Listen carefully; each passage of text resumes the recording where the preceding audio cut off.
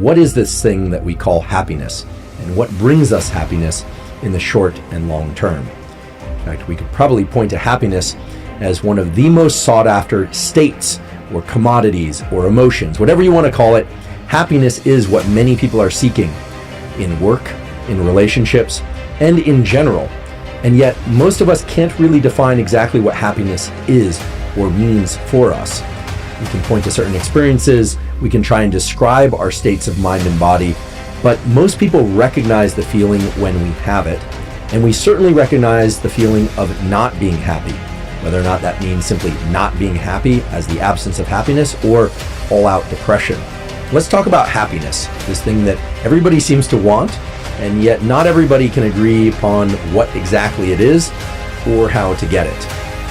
So for instance, if I tell you I'm feeling pretty happy, I know what that means for me, at least in this moment, but you don't really know whether or not it means the same thing as what pretty happy means for you. If I say I'm extremely happy, I have a big grin, I have a grin on my face that I can't seem to wipe off my face, well then you might get a sense of how much happier I am than pretty happy, but it's still hard to calibrate my level of internal state or happiness. And the same is true for you and for everybody else. It's been discussed many, many times that the total amount of income that an individual makes or has, and again, this could be income from work or it could be money that they inherited, does not seem to directly relate to their level of happiness. The amount of happiness does not scale with that income. That is, for every additional $1,000 or $10,000 that they earn, they don't report being that much happier on a daily basis. Now, that said, I venture the argument that while money truly cannot buy happiness, it absolutely can buffer stress. And in particular, it can buffer stress in the form of the ability to purchase or pay for goods and services. Most of you have probably heard about the general conditions for obtaining happiness. And they always seem to circle back to some of the same basic features of get great sleep, have great social connection, pursue meaning, don't focus to any overextent on things like pursuing money, because there are indeed these studies that show that the amount of money that people makes does not necessarily scale directly with happiness. People's happiness does not necessarily scale with income. In fact, it tends not to, past a certain level.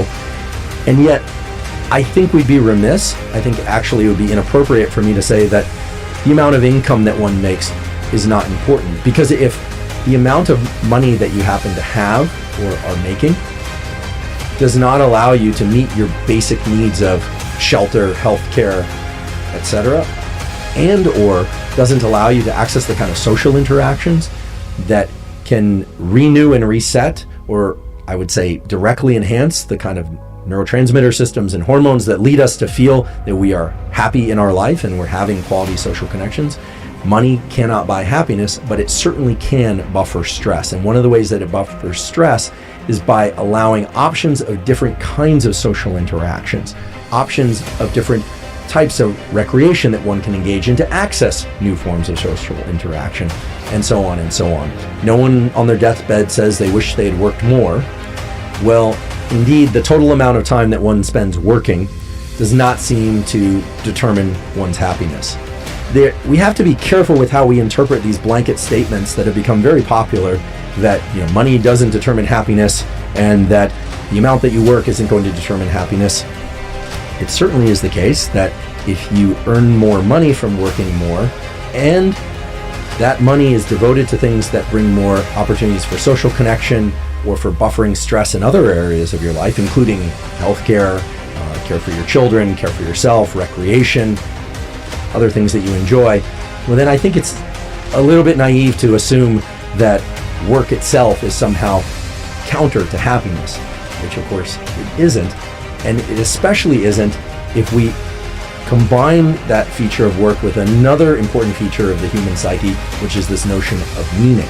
The big factors that determine happiness. It's going to be social connection, not income. It's going to be the amount of time that you are able to have open thinking and creativity, which I think is an essential feature of happiness, by the way. Physical health, in particular, one's ability to stay mobile, and to be able to access the kind of daily activities that one needs to accomplish unassisted is a strong correlate of happiness, and so on and so on.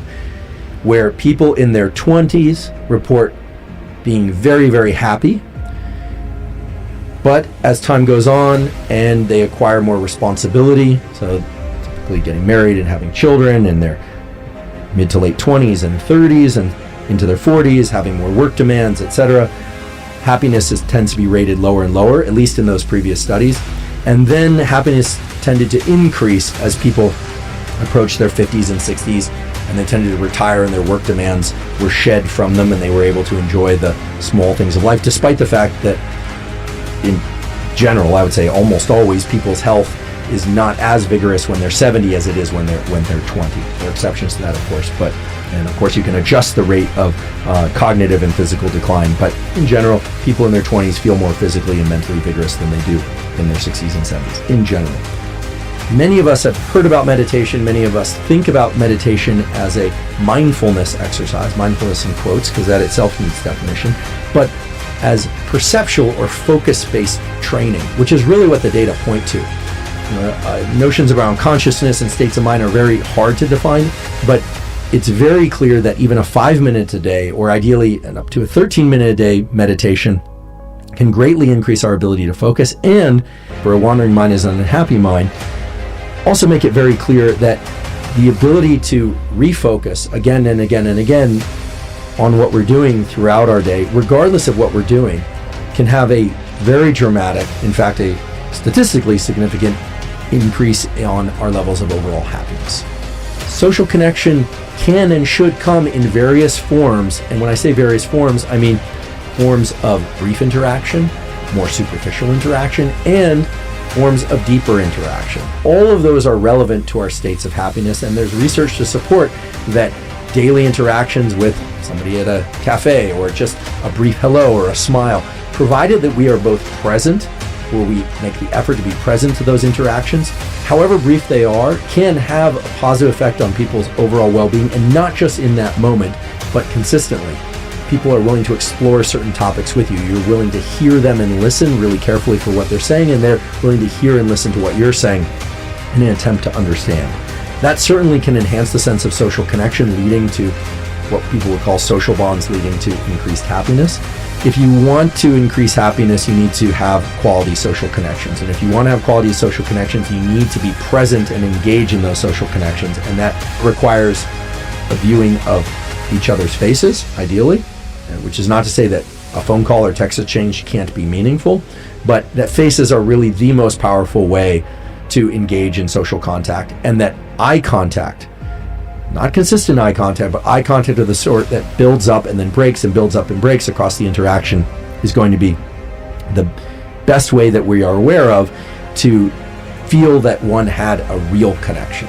That focusing on the choices we've made and really investing in those choices as good ones or great ones, and really trying to limit our thinking to the choices that we've made once we've made them, is perhaps also important to our natural happiness, because it's so inextricably entwined with what we think of as a good life. And what I mean by that is, if we are constantly in a mode of evaluative decision making even after we've made a decision, we are not neurochemically nor psychologically able to extract the feelings of happiness associated with the choice that we made. Working on being focused on whatever activities you happen to be engaged in, positive or negative, is known to increase your levels of happiness. Again, focusing on the choice that you made and making the best of that choice, especially since you made that choice in a way that you deemed best at the time, well, that also is known to increase your overall levels of happiness.